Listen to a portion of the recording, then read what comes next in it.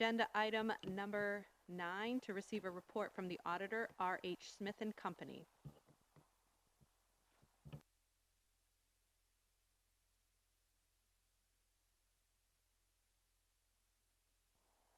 Good evening. I'm Ron Smith. I'm the principal of RHR Smith and Company. I think that I sat in front of you about a year ago today and had some conversation, and I'm going to kind of get back to there and just follow up on the results of the 2019 audit and make myself available to answer any and all questions that you may have, of us. I am not going to go through this document page by page if you don't mind. I'm going to hit on the highlights, of what it is. And what it's going to say is that the Lewiston Public School Department has about $6.2 million of a carryover balance on June 30, 2019. Going back to 2018, we estimated that number was a little north of about $2 million, of which during this audit, we sat down with management, had some conversation regarding primarily with the Medicaid seed matter, that a lot of the school systems are experiencing with the state of Maine, and how the City of Lewiston School Department budgets for that. And based upon the review and based upon a lot of conversations with the state, because of how that is handled at the state level, we've gone back and restated the financial statements because of the fact that you include in your budget the following year, what your portion is going to be for those special ed children and how the state pays for the cost of that special ed child, and the fact that the state's behind about $1 million, which is common with all states, with their billing system and how they keep track of all that. With the conversations that we had with all the players in the state, based upon the previous management's practice and current management sitting down with them, we restated that liability to the tune of about $1.7 million in two parts, by the accounting of a Connections for Kids contract that you have and the state's portion of the seed that you're required statutorily to pay. That's nothing but good news for the state. Good news for the state, good news for the City of Lewiston Public School Department for sure. In 2019, in this audit, you returned back about $2.2 million of that 6.2 back to the bottom line to reappropriate to use for a future budget cycle. The state has a standing statute that says that 3% of your previous year's budget you cannot keep, in surplus. There's some agreement and disagreement that's going on between us and the state of Maine right now on whether that not applies to a municipality, because in the municipal world, there is no statutory amount on what you can keep for a fund balance. So we're talking to the right people at the state of Maine. Clearly you've got a couple of years to deal with that problem. I think the $6.2 million is consistent with your fund balance policy at the City of Lewiston, and on an $80+ million, $85 million budget at the city, clearly, that is less than 30 days still, of your operating budget. And we would want to see any one of our governments at 30 days. And you've got a fund balance policy that the City of Lewiston dictates what the city has and all of its departments, of which you're a piece of. So you're well within that policy. But the question is whether or not the state statute of 3%, applies, to you all. And there's some debate going on right now, between us and the state of Maine Department of Education on the applicability of that statute. Having said that, the large reason why you returned the over $2 million back to your budget this year was expense driven. You were within $300,000 of your revenue budget out of an $80+ million budget, which is like a small margin of error. So what does that mean? Revenue certainly wasn't the cause of returning money. It was actually expense savings that you returned back on June 30, 2019, that predominantly allowed us to return some money back, allowed us, the school department, to return some money, of which I believe about $1.2 million was special ed costs, that actually weren't incurred. And conversely, and I'm sure you're aware, it doesn't work that way all the time. Just as easy, as you're able to have savings within the special ed department, it only takes 2 or 3 children, even 1 children, to come in with an IEP plan and be a budget breaker for special ed. This year it worked to your advantage, for sure. And I believe that the $2 million, I think regular education, special ed was over 1.2 million of that $2 million. So That's why you return money back to the bottom line, for sure. As far as just some best practice matters that we noted in this audit, I'm going to go back to last year. We sat in front of you all and said that there were some problems and concerns about some reconciliations, specifically with various benefits, here. They weren't material to the financial statements. They still aren't. But one of the things that we said is there needs to be a better job done with the accounting of this, to the point where you all looked in the mirror, restructured your finance department, for lack of a better way to say it, and actually created a position specifically designed to look at this, to make sure that you guys were having good data, to be put in front of you so that you can make good business decisions. That's happened.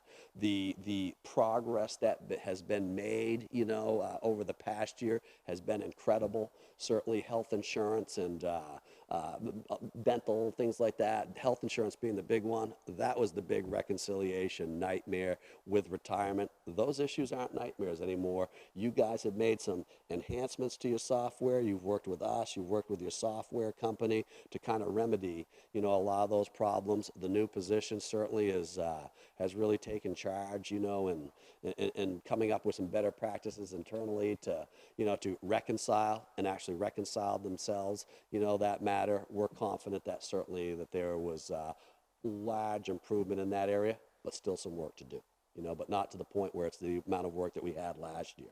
I mean, there was a lot of identification before we could fix last year, and all that's been done in this past year. So I just want to encourage you to continue with progress in that area. The last matter would be more of outside your regular education budget, and talking about the individual student accounts that reside in each building to pay for extracurricular activities, such as I heard robotics could be one of them tonight. It could be a foreign language class, going to Europe or someplace. The kids' money, that they will raise to sponsor their fundraising event. There's some better practices that can clearly be done, in that area, and protecting, the kids' money. We have certainly sat down with your management and gone over what those practices are and what they can be, and I would say it's fair to say that it's important, and that there's some attention being devoted by your current management on addressing some of those issues by now. Some schools were better, some of the buildings were better than others, but clearly there's improvement that I think that could be made done with best practices across the board. For instances, we're paying bills that wouldn't have an invoice, on them. That's not a good practice. Having a deposit, that wouldn't have any backup on what it was for, when it was paid, and any really relative pertinent information. There's some better practices there that can be done. So certainly we've conveyed a lot of those comments to management, and I know that they're being worked on as we speak. So.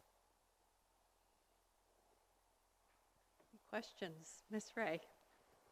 How has this been shared with the city of Lewiston already, and what is the process from here on out?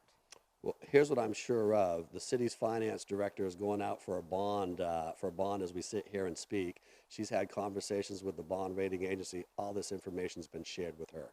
As far as the best practices, I don't know if traditionally the city will get a copy of your management letter. Yeah, so they would have everything, sir, and I can follow up with that in the morning. So.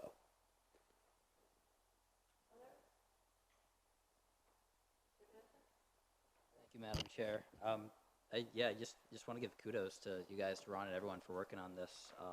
I know in the last couple of years, like administrative level, we've talked a bit about like the audit and like ways that the district can make improvements, and we've done a lot of good. So a lot of that goes to thanks to the board for particularly during budget time. Especially to Bobby. You've been such a great addition for our district and the team downstairs, so a lot of it's showing, so thanks.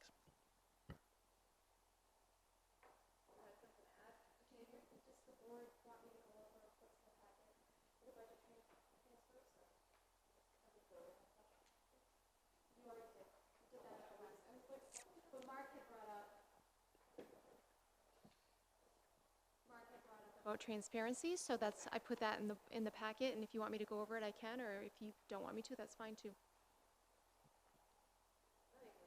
Okay.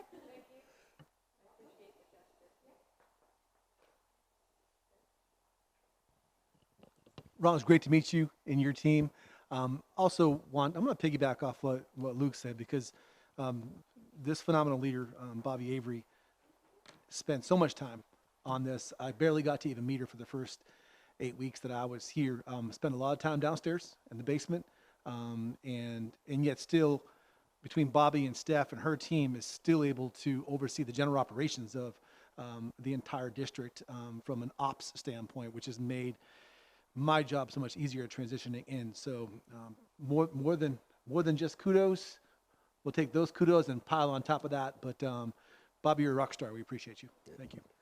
And just for the record, I mean, the conversations that have been had go beyond the scope of an audit. I mean, we're talking even beyond how numbers get on a piece of paper. That's been the depth of some of these conversations over the past 2 years for sure. You know, and I just want to thank Erica for being part of that from our team and having Stephanie as a resource to basically take care of some of these conversations even before they get to Bobby's level. So. I'd like to thank the board for all of your support as well. This is a really great, this is big news. This is good news for us. And Stephanie, thank you for all of your support in pulling all of the reports together, and Erica. So it's good news.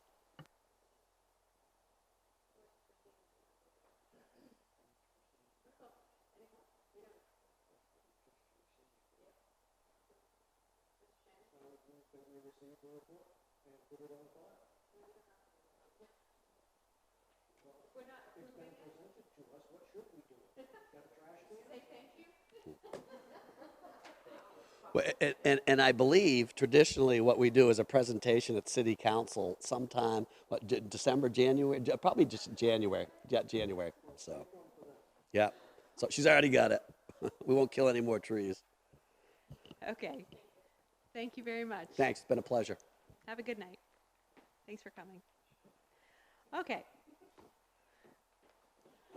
Agenda item number 10. Report from City Council Representative Ray. Here I am. Hello. We met last week in a special meeting to consider a bid appeal, which was passed. So the Avesta Housing, wait, is that what it was? No. The demolition of the buildings that LA Community Housing has just taken ownership of will now proceed, so the downtown area will be safe again. Those buildings were used by firefighters for training, which is a cool opportunity for them, and so they have to come down. We will not have a meeting tomorrow, but I will regale you with election information, because tomorrow is Election Day, Tuesday, November 5th. The polls will open at 7 a.m. and close at 8 p.m., and as long as you're in line by 8 p.m., are you coming to vote with me? Lewiston Armory. So all that... Yes, you are. We'll discuss later. So all of this information is on the lewistonmaine.gov website under elections. There are sample ballots, there's candidates, there's the city referendum question, which has to do with the school department. How exciting. And then there's also a state question there. State referendum, I guess, is what is more appropriately called. There's a bond issue and a constitutional amendment for the state. So I hope everyone votes. Thanks. Thank you, Ms. Ray. Report from School Committee Chair. He's not here, so there is not one. Report from School Superintendent. Thank you, Ms. Roy. So from the SOUPS report standpoint, our principals participated in a workshop to develop goals for their evaluations. And over the course of 3 of our Tuesday workshops, we have ourselves a fantastic model. We'll be doing mid-years at the end of January, and we'll be doing end-of-years at the end of May. The principals also participated in a special education training with Drummond and Woodson last week during the Leadership and Innovation Team work session, and they will wrap up their training on the 12th. And that's just a refresher for special ed law. We have been continuing to have our community assessment discussions, and that will resume at 4 o'clock on Wednesday in the think tank downstairs. Our goal is to reduce standardized testing while exploring authentic assessment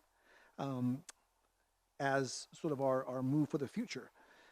And our community members, our parents, are integral members of reshaping that conversation. So we'll be there on Wednesday at 4 o'clock, continuing that. We are preparing for something that we're calling Operation Ignite, and that is a district initiative to provide direct and very deep feedback to each of our school communities. Our principals, our directors, our chiefs, some community members will use data analysis and observation and small group discussions and survey analysis to provide snapshot reports to our schools as to where they are, and that will help inform our continuous school improvement coordinator as to what direction we need to be going in as we write our CSIPs. So any of our school committee members would like to be part of Operation Ignite, the first will be in December, and the middle school has volunteered to go first. So we'll be meeting prior to that, so I'll have more information for you later on, but it's pretty exciting. Lewiston Listens series continues at Connors, and that will be on the 19th. We had a successful session at Geiger, and so as presented in the entry plan, this continues on a monthly basis. We're anticipating a large turnout for Connors.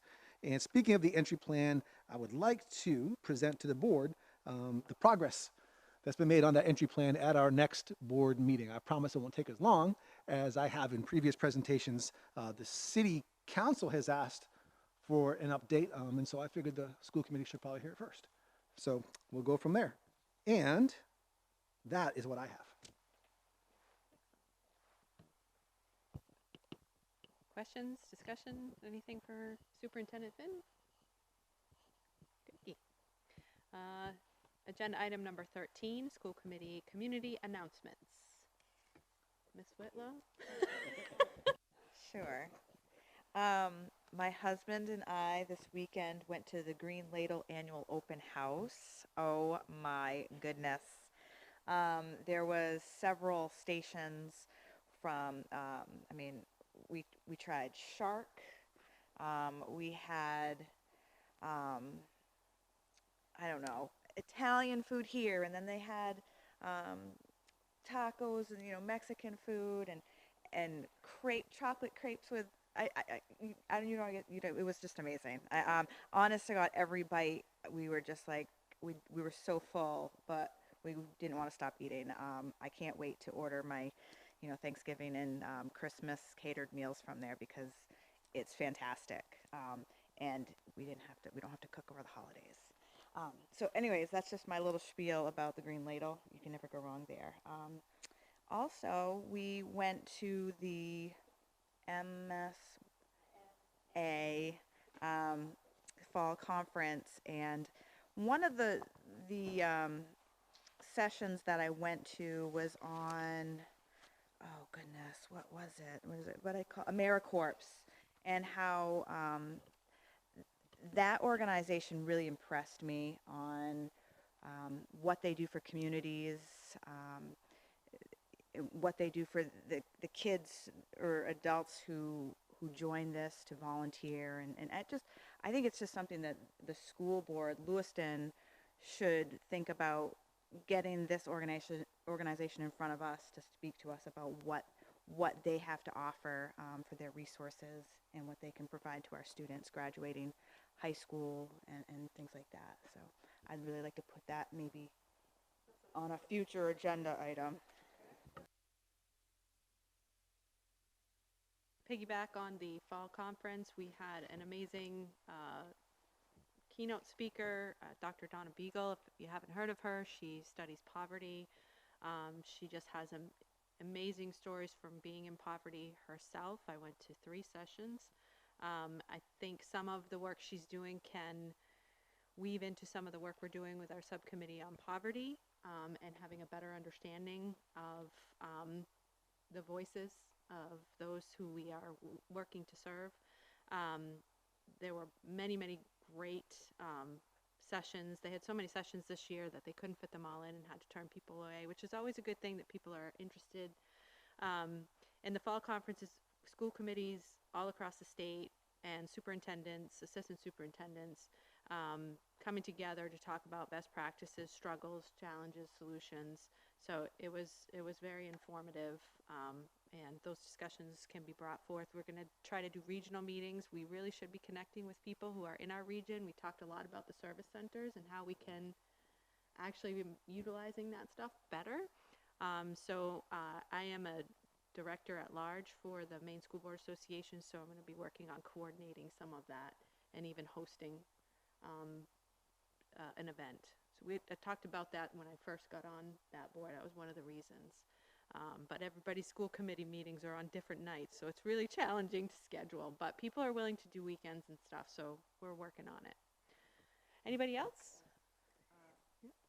Yeah, and one of the other things with collaboration with others in our region, I know that we spoke with some people from Auburn, Auburn School Board, while we were at that, um, and they were really intrigued with our initiative on poverty, and they want to know more and how can they be involved. So that was really exciting. That Lewiston is being looked at as kind of like they're running with it, and they want to be a part of it, and that's pretty exciting. Very good point. They said a bridge is the only thing that is there, and that our students cross over that bridge all the time. So that was powerful. And I forgot to mention the resolutions that y'all gave me input on. All of them passed.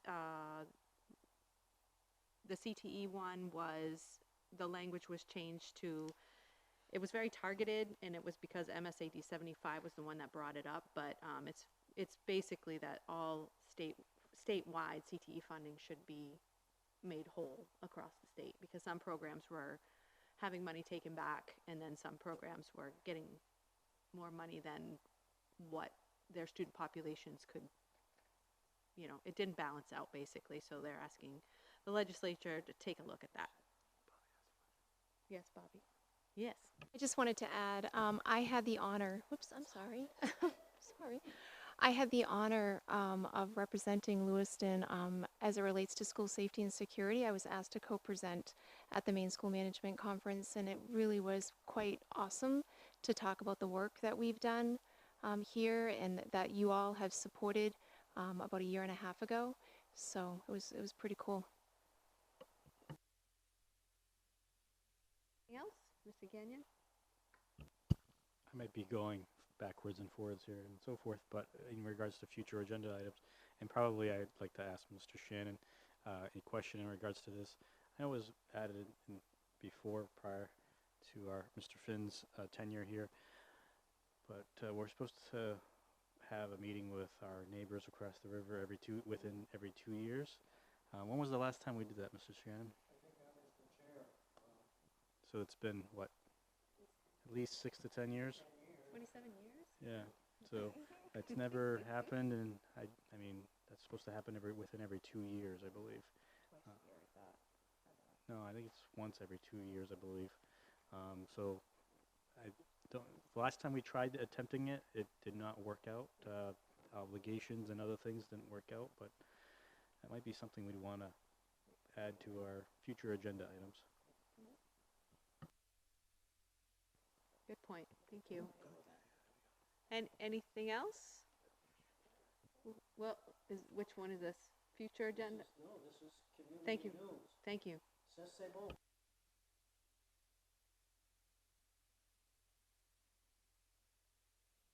Okay. We're done with those. One more. No, we're done. Okay. What? I just wanted to recognize Mark Kerr and wish him luck tomorrow. That's all. Future agenda items.